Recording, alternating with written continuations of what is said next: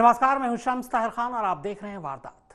तो क्या सुशांत सिंह राजपूत की मौत के मामले की जांच अब सीबीआई करेगी?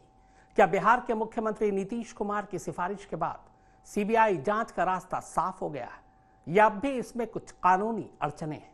तो कानून के जानकारों की माने तो फिलहाल बिहार सरकार की इस सिफारिश भर से सुशांत केस की सीबीआई जांच नहीं हो सकती, बल्कि इसके लिए 5 अगस्त तक का इंतजार करना पड़ेगा, क्योंकि 5 अगस्त को सुप्रीम कोर्ट इस केस की जांच को लेकर अहम फैसला सुनाने वाली है।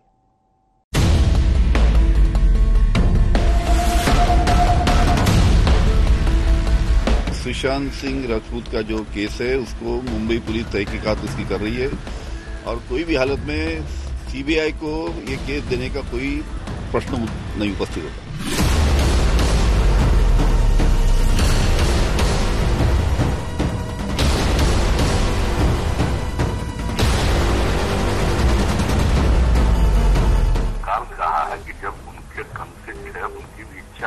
जिसको तत्काल सीबीआई इंक्वायरी के लिए इस प्रस्ताव को रिकमेंड करके भेजिए।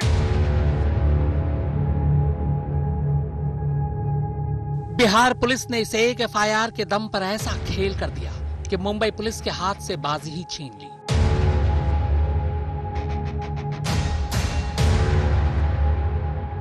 सीबीआई जांच करवाने या न करवाने का जो हक अब तक सिर्फ महाराष्ट्र सरकार के पास था, वो इस एक एफआईआर ने बिहार सरकार की झोली में डाल दिया।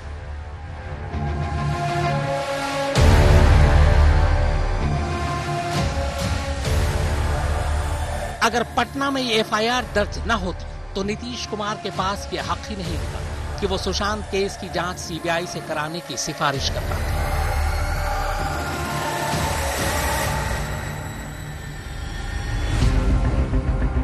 तो क्या बिहार पुलिस ने सिर्फ इसी खेल के लिए पटना में एफआईआर दर्ज की थी?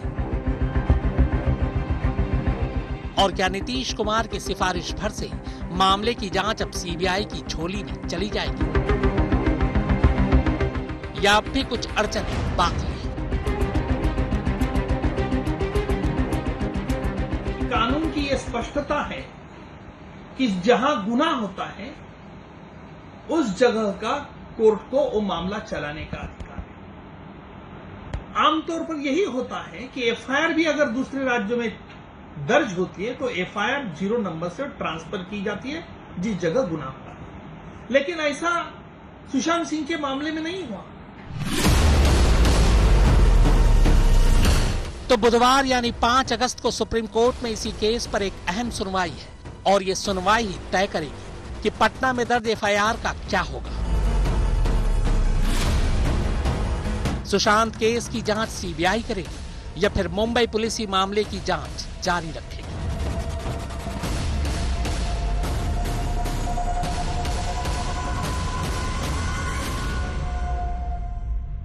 दरअसल सुशांत सिंह की गर्लफ्रेंड रिया चक्रवर्ती ने पटना के राजीव नगर थाने में दर्ज केस को मुंबई ट्रांसफर करने के सिलसिले में 30 जुलाई को सुप्रीम कोर्ट में याचिका दायर की थी। रिया की दलील थी कि सुशांत की मौत मुंबई में हुई। मुंबई पुलिस पहले से ही मामले की जांच कर रही है, लिहाजा पटना में दर्ज केस मुंबई ट्रांसफर किया जाना चाहिए। इस मामले में सुशांत के पिता के सिंह और मुंबई पुलिस भी पार्टी है, लिहाजा सुप्रीम कोर्ट का कल का फैसला इस केस में सबसे अहम माना जा रहा है। रिया चक्रवर्ती का कल पिटीशन सुप्रीम कोर्ट में हियरिंग को आ रहा है। रिया चक्रवर्ती ने कहा है कि बिहार पुलिस को इन्वेस्टिगेशन का अधिकार नहीं, बम्बई पुलिस ने करना चाहिए। रिया ऐसी क्यों कहती? रिया को क्या इस प्रकार का अधिकार है? इसके बारे में भी सुप्रीम कोर्ट कुछ फैसला लेगा। दिल्ली पुलिस एस्टैब्लिशमेंट एक्ट के सेक्शन 3 के मुताबिक जिस राज्य में किसी जुर्म का केस दर्ज हुआ है, वहां की पुलिस और सरकार अगर अपनी सहमति दे दे तो वो मामला सीबीआई को सौंपा जा सकता है। अब इस हिसाब से सुशांत केस की जांच की सिफारिश यहाँ एक नहीं बल्कि 2 राज्य कर सकती है। चूंकि सुशांत की मौत मुंबई में हुई और मुंबई पुलिस इसकी जांच कर रही है, ऐसे में महाराष्ट्र सरकार को भी इसका हक है। दूसरी तरफ पटना पुलिस ने सुशांत के पिता की तरफ से एफआईआर दर्ज कर दी, तो बिहार सरकार को भी यह हक अपने आप मिल गया और इसी हक से नीतीश कुमार ने सीबीआई जांच की सिफारिश भी कर दी। दिल्ली पुलिस एस्टैब्लिशमेंट एक्ट के मुताबिक अगर कहीं राज्य सरकार कोई गुनाह का इन्वेस्टिगेशन सीबीआई को सौंप देने की इच्छा सम्मति देता है तो सीबीआई पर यह निर्भर होता है कि उसकी जांच करे या न करे। महाराष्ट्र सरकार शुरू से ही सीबीआई जांच के खिलाफ है, जबकि बिहार सरकार ने सीबीआई जांच की सिफारिश कर दी। तो ऐसे में बुधवार को सुप्रीम कोर्ट में क्या होगा?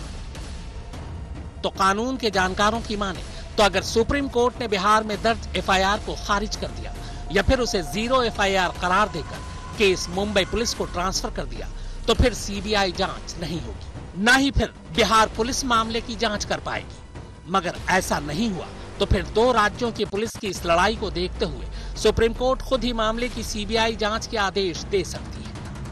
हालांकि पिछले हफ्ते इसी सुप्रीम कोर्ट ने सुशांत केस की सीबीआई जांच कराने को लेकर दायर एक जनहित याचिका खारिज कर दी थी। मुंबई से सुजीत कुमार झा और दिव्येश सिंह के साथ शम्स ताहिर खान, दिल्ली, आज तक।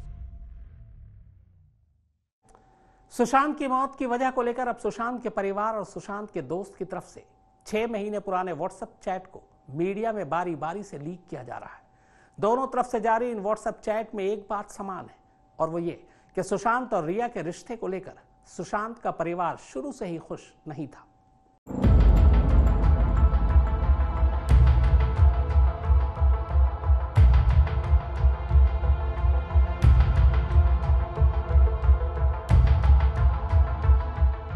एक तरफ दो राज्यों की पुलिस की लड़ाई,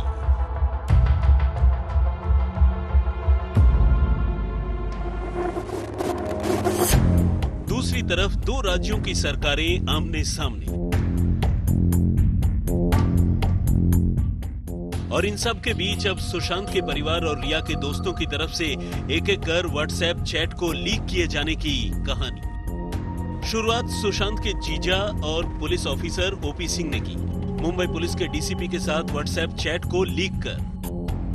जवाब सुशांत और रिया के दोस्त सिद्धार्थ ने ओपी सिंह की व्हाट्सएप चैट को लीक करके दिया।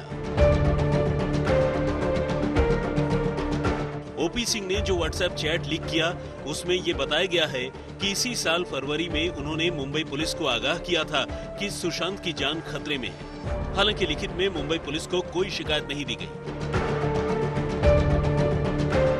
दूसरी तरफ सिद्धार्थ ने जो चैट लीक किया उसके मुताबिक सुशांत की रिया से करीबी सुशांत के घर वालों को पसंद नहीं थी। इनमें एक चैट के स्क्रीनशॉट सुशांत के जीजा और हरियाणा पुलिस के ऑफिसर ओपी सिंह ने शेयर किए, जिसमें उनके करीबी और मुंबई पुलिस के डीसीपी परमजीत दाहिया के बीच सुशांत को लेकर बातचीत के अंश हैं, जबकि दूसरी चैट के स्क्रीनशॉट सुशांत के दोस्त सिद्धार्थ पिठानी ने शेयर किए, जिसमें पिठानी और ओपी सिंह के बीच सुशांत को लेकर हुई बातचीत के हिस्से हैं। अब आइए व्हाट्सएप चैट की इस कहानी को समझने के लिए इन दोनों चैट पर सिलसिलेवार तरीके से नजर डालते हैं। Chat number 1।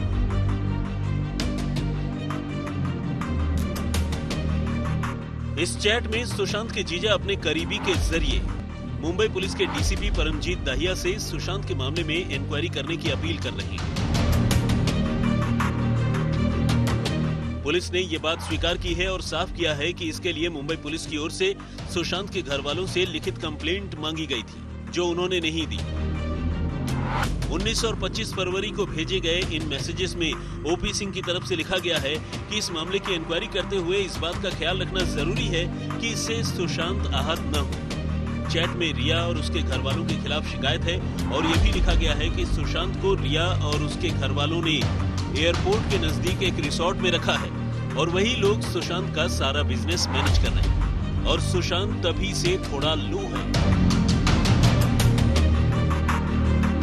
ओपी सिंह ने चैट में लिखा है कि जब बातें सुशांत के हाथ से बाहर चली गईं, तो सुशांत ने ओपी सिंह की पत्नी यानी अपनी बहन को फोन किया, उनके साथ 2-3 दिन रहा और फिर शूटिंग की बात कहकर वापस चला गया। इस बीच सुशांत रिया की ओर से अपने करीबी स्टाफ को निकाले जाने और रिया के अपने स्टाफ तैनात करने को लेकर भी परेशान थे और ये बात उन्होंने अपनी तीसरी बहन को बताई थी, जो पेशे से वकील है। मैसेजेस का क्रक्स ये था कि श्री सुशांत सिंह राजपूत और उनकी जो लिव इन पार्टनर थी उनके बीच में सब कुछ ठीक नहीं चल रहा है और फैमिली इस बारे में कंसर्न थी। श्री ओपी सिंह ने मुझे रिक्वेस्ट किया कि उस लेडी को, उस लड़की को पुलिस स्टेशन बुलाया जाए और एक इनफॉर्मल वे में दम देकर उन्हें बात समझाई जाए कि वो सुशांत की लाइफ से निकल जाए। हमने इंटरव्यू नहीं किया बिकॉज मैं बार बार बोल रहा हूँ, हमारा बॉटम लाइन ये था, अगर हमारे पास रिटर्न कंप्लेंट मेरे पास एसीपी ऑफिस या बांद्रा पुलिस स्टेशन में आती तो हम लोग उसके ऊपर काम करते। श्री ओपी सिंह खुद एक वरिष्ठ आईपीएस अधिकारी हैं, वो भी कानून समझते हैं। Chat number 2। सुशांत के दोस्त सिद्धार्थ पिठानी और सुशांत के जीजा ओपी सिंह के बीच सुशांत को लेकर हुई इस चैट के हिस्से सिद्धार्थ पिठानी ने जारी किए हैं, जिससे पता चलता है कि सुशांत के घर वाले और उनके जीजा सुशांत की नई कंपनी, उनकी आदतों और दूसरी कई वजहों से नाखुश थे। यहां तक कि ओपी सिंह ने सुशांत को उनकी पत्नी यानी सुशांत की बहन से दूर रहने के लिए भी कहा था, क्योंकि उनकी पत्नी अपने भाई सुशांत की वजह से परेशान हो रही थी। एक मैसेज में ओपी सिंह ने लिखा, मुझे खुशी है कि आप अपनी जिंदगी, करियर या घर के मालिक नहीं। मैंने मौके को सही तरीके से भांप लिया और उसी के मुताबिक अपनी तैयारी कर ली। फरवरी में हुई इस चैट में ओपी सिंह ने सुशांत को यह भी लिखा कि अगर उन्हें किसी तरह की जरूरत हो तो वो मदद के लिए तैयार हैं। सूत्रों की माने तो सुशांत के बारे में यह चैट ओपी सिंह ने सुशांत के दोस्त सिद्धार्थ से की थी, जिसे सिद्धार्थ ने बाद में सुशांत को फॉरवर्ड कर दिया था। सुशांत को लेकर रिया की वजह से राजपूत परिवार में चल रही बेचैनी और सुशांत की जान पर खतरे को लेकर सोमवार को सुशांत के पिता केके सिंह ने भी एक बयान दिया था, जिसमें इन्होंने कहा कि उन्होंने इस बात को लेकर मुंबई पुलिस से शिकायत की थी, लेकिन मुंबई पुलिस ने इस शिकायत की अनसुनी कर दी। 25 फरवरी को मैंने बांद्रा पुलिस को आगाह किया था कि मेरे बेटे सुशांत की जान को खतरा है, परंतु उन्होंने कुछ नहीं किया। 14 जून को जब मेरे बेटे की जान चली गई तो हमने 25 फरवरी में नामित लोगों के विरुद्ध एक्शन लेने को कहा, परंतु 40 दिन के बीत जाने के बाद भी उन्होंने कोई कार्रवाई नहीं की। हार उड़कर मैं पटना गया और अपने थाने में केस एफआईआर दर्ज की। पटना पुलिस तुरंत एक्शन में आई और परंतु मुजरिम अब भाग रहे हैं।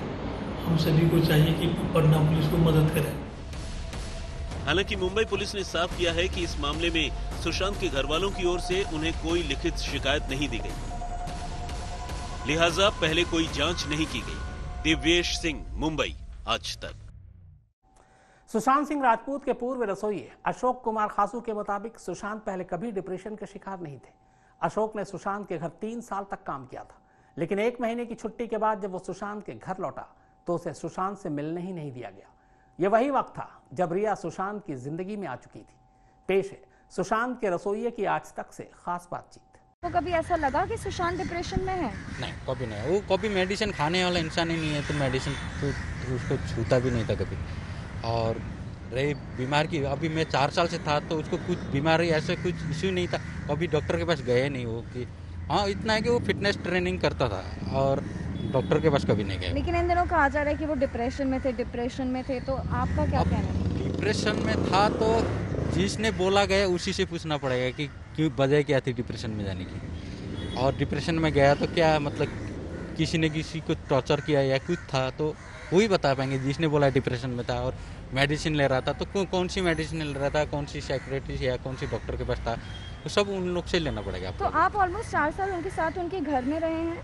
मैं पूरा एट अ टाइम 24 आवर में शूटिंग में भी रहा, घर पे भी रहा, कहीं भी जाता था तो मैं साथ में रहा। तो आप सुशांत के साथ रहते थे, आपने कहा कि वो दवाइयाँ नहीं लेते थे? नहीं, दवाई कोई भी नहीं थी। तो अचानक से सितंबर में आपने छोड़ा और उसके बाद कह रहे हैं कि उन्हें डिप्रेशन हो गया था। डिप्रेशन हो गया। तो 2019 सितंबर और 2020 जून की ये बात हुई है, ऑलमोस्ट ज़्यादा महीने नहीं हुए, 6-8 महीने के बीच 6-8 महीनों के बीच का डिफरेंस रहा है। तो उसके पहले घर पे परिवार वाले भी आते जाते रहते थे?